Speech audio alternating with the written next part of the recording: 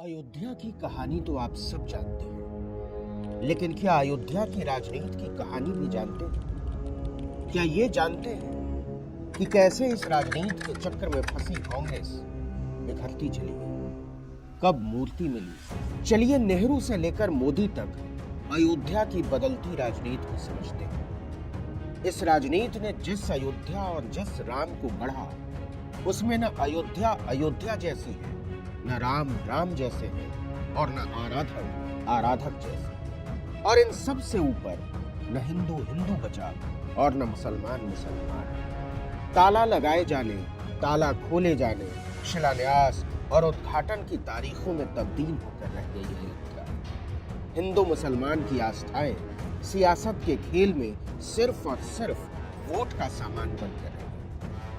तो देखिए, इस देश में अयोध्या की बाबरी मस्जिद और राम मंदिर का विवाद उतना ही पुराना है जितना सिपाही विद्रोह का इतिहास। सिपाही विद्रोह 1857 में हुआ और इसके अगले साल यानी 1858 में राम मंदिर के लिए पहली कानूनी लड़ाई शुरू हुई। मतलब बाबर के सेनापति मीर बाकी के मस्जिद बनाने के पूरे 330 साल बाद। इन 330 सालों में मंदिर को लेकर झगड़ा फसाद आंदोलन हुआ, इसका कोई इतिहास नहीं। लेकिन 1858 की शुरुआत के बाद भी पूरे 90 साल तक मामला फसादी नहीं बना। असल खेल शुरू हुआ भारत को आजादी मिलने के बाद। 1947 में देश आजाद हुआ और 22 दिसंबर 1949 को खबर फैलती है कि बाबरी मस्जिद के गुंबद के नीचे रामलला की मूर्तियां बनी।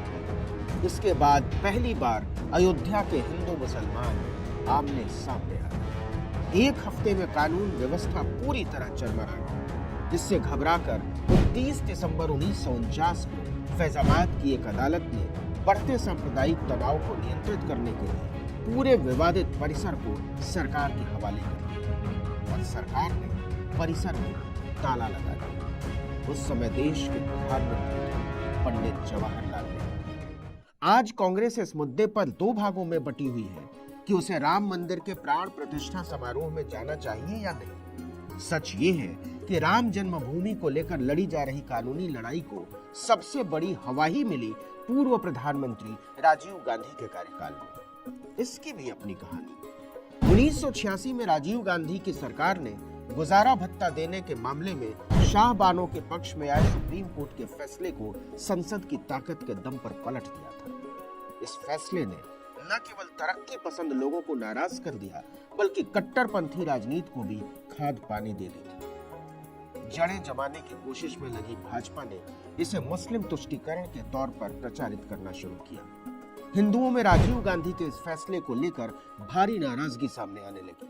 अखबारों में छपने लगा कि कांग्रेस मुस्लिम रूढ़िवादिता की हिमायती है। इस गलती को ठीक करने के लिए राजीव गांधी ने उससे बड़ी गलती कर डाली, और वो गलती थी हिंदुओं को खुश करने के वास्ते विवादित बाबरी मस्जिद परिसर के ताले खोलने को हरी झंडी देना। लोग कहते हैं कि शाहबानो केस से हिली हुई कांग्रेस ने उस तरफ से ध्यान हटाने के लिए केंद्र सरकार की तरफ से पहल करके फैजाबाद डिस्ट्रिक्ट कोर्ट में विवादास्पद परिसर का ताला खोलने की बात की। जैसा कि हमने पहले बताया कि यह पूरा परिसर सरकार के कब्जे में था। आखिरकार फरवरी 1986 में विवादास्पद परिसर का ताला खोल दिया गया और पहली बार पुजारियों को पूजा पाठ की अनुमति दी गई।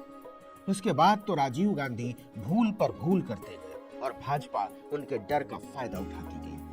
वो पूजा पाठ पर ही नहीं रुके। नवंबर 1989 में राजीव गांधी ने विश्व हिंदू परिषद को राम मंदिर के शिलान्यास की अनुमति दी थी।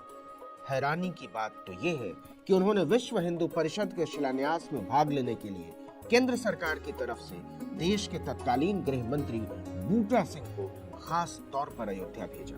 हिंदुओं को खुश करने की इन कोशिशों ने मुस्लिम तबके को कांग्रेस से बुरी तरह नाराज कर दिया। कांग्रेस से मुस्लिम नेताओं का मोह भंग होने लगा।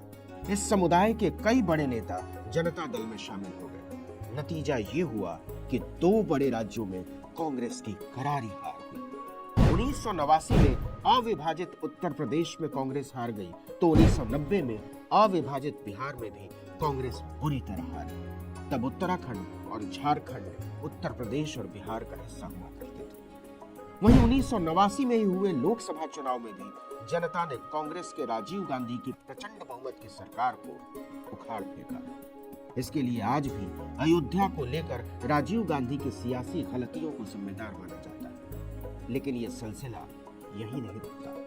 भाजपा के ट्रैप में फंसी कांग्रेस 1991 लोकसभा चुनाव में बाकायदा अपने घोषणा पत्र में पहली बार राम मंदिर का जिक्र करती है और कहती है कि पार्टी बाबरी मस्जिद को ध्वस्त किए बिना मंदिर के निर्माण के पक्ष में है।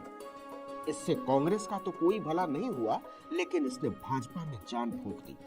ठीक एक साल बाद 6 दिसंबर 1992 को लाल कृष्ण आडवाणी और मुरली मनोहर जोशी के नेतृत्व में अयोध्या पहुंचे हजारों कार सेवकों ने विवादित ढांचा गिरा दिया। बताते हैं कि उस समय के कांग्रेसी प्रधानमंत्री पीवी नरसिम्हा राव ने जानबूझकर इसे होने दिया था। अर्जुन सिंह ने बार बार नरसिम्हा राव को इसे लेकर आगाह किया था, लेकिन बाबरी मस्जिद को गिराए जाने तक उन्होंने दखल देने से साफ इनकार कर दिया था। ये दिखाने के लिए कि उनके साथ धोखा हुआ है, इसके अगले दिन नरसिम्हा राव ने उत्तर प्रदेश की कल्याण सिंह सरकार को बर्खास्त कर दिया। जनवरी 1993 में केंद्र सरकार ने ढांचे वाली जगह और कल्याण सिंह सरकार द्वारा ट्रस्ट को दी गई जमीन समेत कुल 67 एकड़ भूमि का अधिग्रहण कर लिया। लेकिन उसी दिन तय हो गया था कि कांग्रेस ने इतिहास की वो भूल कर डाली है जिसे न कभी पानी से पूछा जा सकेगा, न प्रायश्चित से सुधारा जा सकेगा। हिंदुत्व की राजनीति की गोटी उसके हाथ से हमेशा हमेशा के लिए फिसल चुकी थी। इसके बाद वाजपेयी की सरकार बनी, मनमोहन सिंह की सरकार बनी और फिर मोदी आए। मामला कोर्ट में चलता रहा।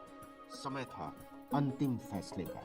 134 साल से चली आ रही लड़ाई में 9 नवंबर 2019 को सुप्रीम कोर्ट ने फैसला सुनाया कि जहां बाबरी मस्जिद खड़ी थी वहीं राम जन्मभूमि है। कांग्रेस ने सुप्रीम कोर्ट के आदेश का स्वागत किया और कहा कि हम राम मंदिर के निर्माण के पक्ष में हैं। उस दिन कमलनाथ ने तो बाकायदा इसका श्रेय कांग्रेस को देते हुए कहा था कि राम मंदिर परिसर का ताला कांग्रेस की सरकार ने खुलवाया था, ये किसी को भूलना नहीं चाहिए।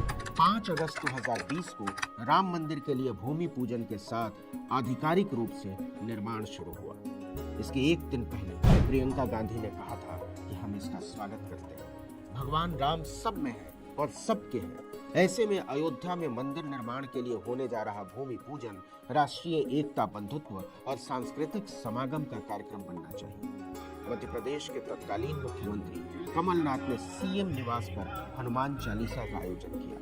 उन्होंने कहा था कि हम 11 चांदी की ईंटें अयोध्या भेज रहे हैं। यह ऐतिहासिक दिन है जिसका पूरा देश इंतजार कर रहा था। इसीलिए जब कांग्रेस ने राम मंदिर प्राण प्रतिष्ठा समारोह में शामिल होने का निमंत्रण ठुकराया तो पार्टी के अंदर ही खलबली मच गई। एक तरफ जयराम रमेश ने बयान जारी किया कि ये भाजपा का राजनीतिक प्रोजेक्ट है, धर्म एक व्यक्तिगत मामला है, लेकिन भाजपा और संघ ने अयोध्या में राजनीतिक परियोजना बनाई है। भाजपा आरएसएस के नेता अधूरे मंदिर का उद्घाटन कर रहे हैं, ये चुनावी लाभ के लिए ये सब कर रहे हैं। लेकिन दूसरी तरफ प्रमोद कृष्णम जैसे नेताओं ने इस विरोध को आत्मघाती तक करार दे दिया। गुजरात कांग्रेस के बड़े नेता अर्जुन मोढवाडिया ने कहा कि राम मंदिर के मामले में कांग्रेस को राजनीतिक निर्णय नहीं लेना चाहिए। सच ये है कि 1986 से लेकर आज तक 37 वर्षों में कांग्रेस कभी भी भाजपा की अयोध्या पॉलिटिक्स की वैचारिक कार्ड